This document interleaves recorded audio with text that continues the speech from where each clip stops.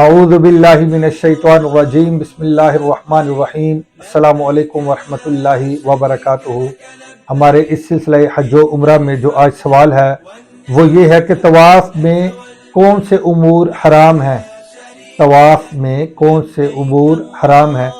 تو طواف میں کل 7 چیزیں ہیں جو حرام ہیں، وہ توجہ سے سماعت کر لیں۔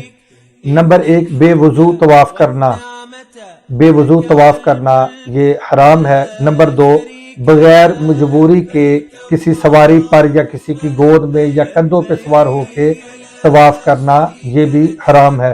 اسی طرح بلا عذر بیٹھ کر سرکنا یا گھٹنوں کے بل چلنا دوران طواف یہ بھی ممنوع ہے۔ اسی طرح کعبے کو سیدھے ہاتھ لے کے الٹا طواف کرنا یہ بھی اشد حرام ہے۔ نمبر 4، دوران طواف حتیم کے اندر سے ہو کر گزرنا، دوران طواف حتیم کے اندر سے ہو کر گزرنا یہ بھی حرام ہے۔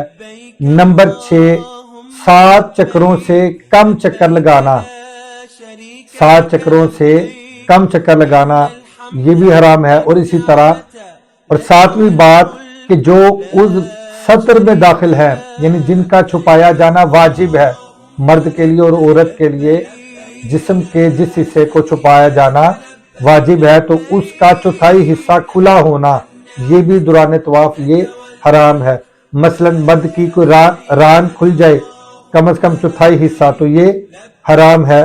اسی طرح عورت کا کان یا کلائی وغیرہ کا ننگا ہو جانا۔ خواتین اس بات کا خاص خیال رکھے کہ جب وہ استلام کرتی ہیں تو اس وقت کلائی کا چوتھائی حصہ تو کیا پوری کی پوری کلائی کھل جاتی ہے، تو اس کے اوپر بھی خواتین کو ضرور توجہ دینی چاہیے۔